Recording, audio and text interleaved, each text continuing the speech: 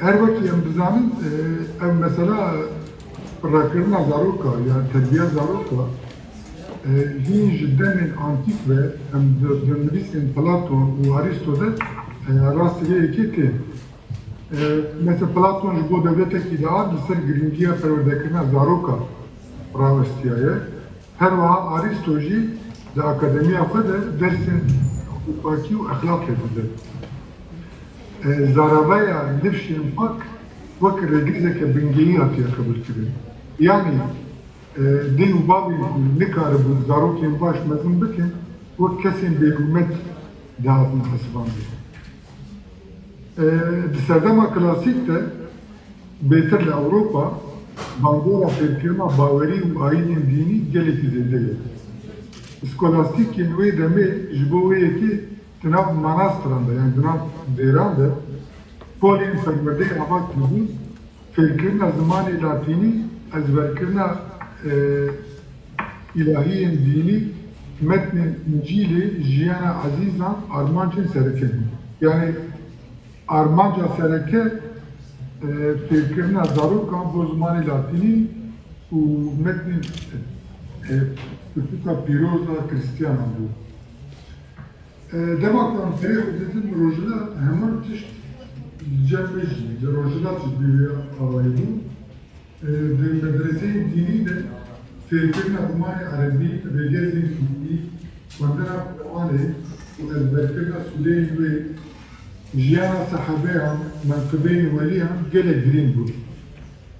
û bi taybet ji bo fêrkirina zimanê erebî ji ber ku wek zimanê pîroz dazanî, zimanê Qur'anê bû, gelek rêv û rêbaz hatine bikaranîn.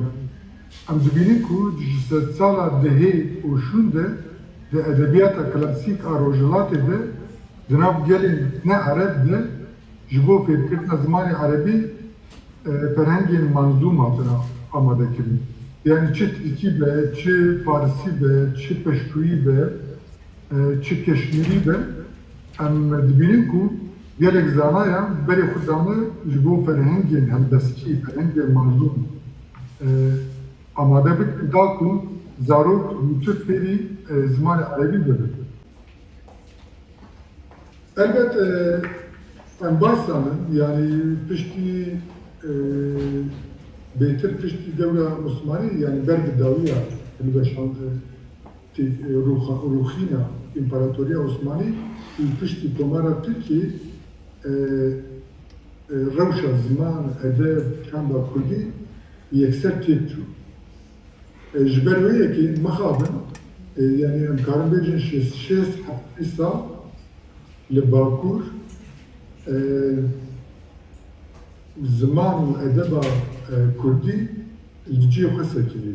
Yani ji xwe qedexe bû yani memnûn bû karê wisa lê ê ku dihatin kirin jî haya xelkê jê çênedibû ji ber ku karên veşartê bû, karên mehnî bû. Hevalê neja çend weşan bi beriya kombarê yani berê lê xwe ber bi rûxîna İmparatoriya Osmanî û berê damezrandina komara Tirkiyê hene ku di nivana de numûneyên berhemên edeba zarokan hene. Mesela yek ji wan Kobara Jîne ku 1918 û 21 li Stenbolê çaptiye. Di Kobara Jînê de ji bo zarokên Kurdan bi navê Yekde serê sibê li ber rohê Kurd biçûkan û ji bo nesla têr 4 helbest hatine nivîsandin. Yekde û serê sibê helbestên hizmê Sêwregîne li ber rohê Kurd biçûkan helbesta lahûtî xanê Kermanşahî ye. Ji bo nesla têr helbesta Abdurrahîm Rahmî hekariya be.